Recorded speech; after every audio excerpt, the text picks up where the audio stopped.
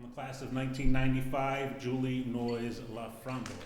I want to thank the Hall of Fame Selection Committee and the college for this honor, as well as those such as Darren Pfeiffer who have made this great event possible. Thank you. I feel very humbled to be a part of this induction class. I would not have had a career at Swarthmore without the help of many people. First and foremost are my great-grandmother and all four of my grandparents, all of whom attended Swarthmore.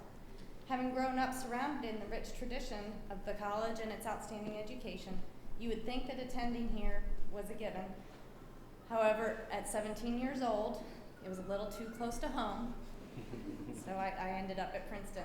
I grew up in the town of Swarthmore, and I learned how to play lacrosse by trying to keep up with my older sisters and on the Swarthmore athletic fields, watching my dad coach the men's lacrosse team.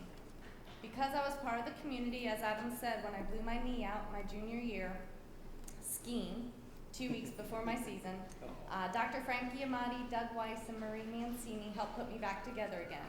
And I want to thank them for all of their hard work and dedication. Marie and Doug took care of me like I was a professional athlete. They were there every day that summer, getting me ready. And they not only afforded me a collegiate career, but also my knee is still somewhat healthy. If Dr. Giamatti had been here, I would have said it's about out of warranty, about ready for a new one, but it's still ticking. My goal that summer before my senior year of high school was to play for Karen Borby at Strathaven for my senior spring. It turned out that Karen moved on to Haverford. But I not only made it back from fall for field hockey earlier than expected, but I made it back to play my senior lacrosse spring for my coach, my dad. And he didn't know any of the girls' rules. We had to teach him everything. Thank you to both my dad and my mom, Susan and Jim Noyes, for always supporting me, always being at my games, and for always being my coaches in life.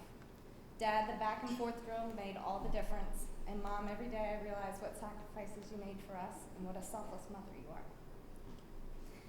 After attending Princeton for 1 year, I found that their Division I balance of life was not in line with the balance of life that I was taught by my parents. I received a quality education, but the joy of the sport was removed from my game. Thank you to Coach Borby for teaching me and guiding me and suggesting that if you're not having fun, then why are you doing it? Thank you for making the game fun again for me. I never begrudged going to practice. Maybe it was 30 degrees and it was icy and we had to slide down to the field house to run intervals, but lacrosse was never a job and never a chore. I just did what made me happy, and that's what I still do. While we did not win every game or win any major championships, we were a team. We were a team of friends that played a sport we loved. We weren't all lacrosse players who had been playing their whole lives. Many teammates were taught the game here at Swarthmore, and they still achieved postseason honors. We shared a stringent workload, running to practice from labs, and we shared a lot of good times around campus. Perhaps our crowning moment for Coach Borby was winning the Seven Sisters tournament in 1995. The thrill of coming from behind and winning that last game is an exuberance that I still feel after all these years, in addition to the pain that I felt from playing so hard. This is what an athlete should feel: joy and exhilaration and exhaustion from hard work and accomplishment. We were motivated to win for our coach and for ourselves because we cared about each other, not because there's a threat or a younger player on the sidelines ready to take your spot when you make an error. Finally, thank you to my family. Thank you for the Williams family for coming to support me tonight, and thank you for my family, Tim, Jamie, and Audrey, for putting up with this sport that got me here and I still love to play. Well, I don't play anymore, but teach others to play. I've enjoyed taking some of the best cheerleaders and softball players in Georgia and turning them into lacrosse players.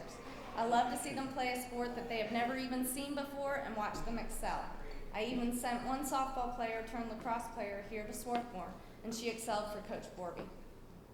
Thank you to my family for their love and support as I coach and teach these girls the value of athletics in their lives. My husband, Tim, a Mississippi boy, didn't know what he was getting into when I told him that I liked this sport called lacrosse. Thank you for your patience. Without you guys, I wouldn't have any fun, and your smiles and love is what gets me through every day with joy, sunshine, and pride. Thank you for your time and support.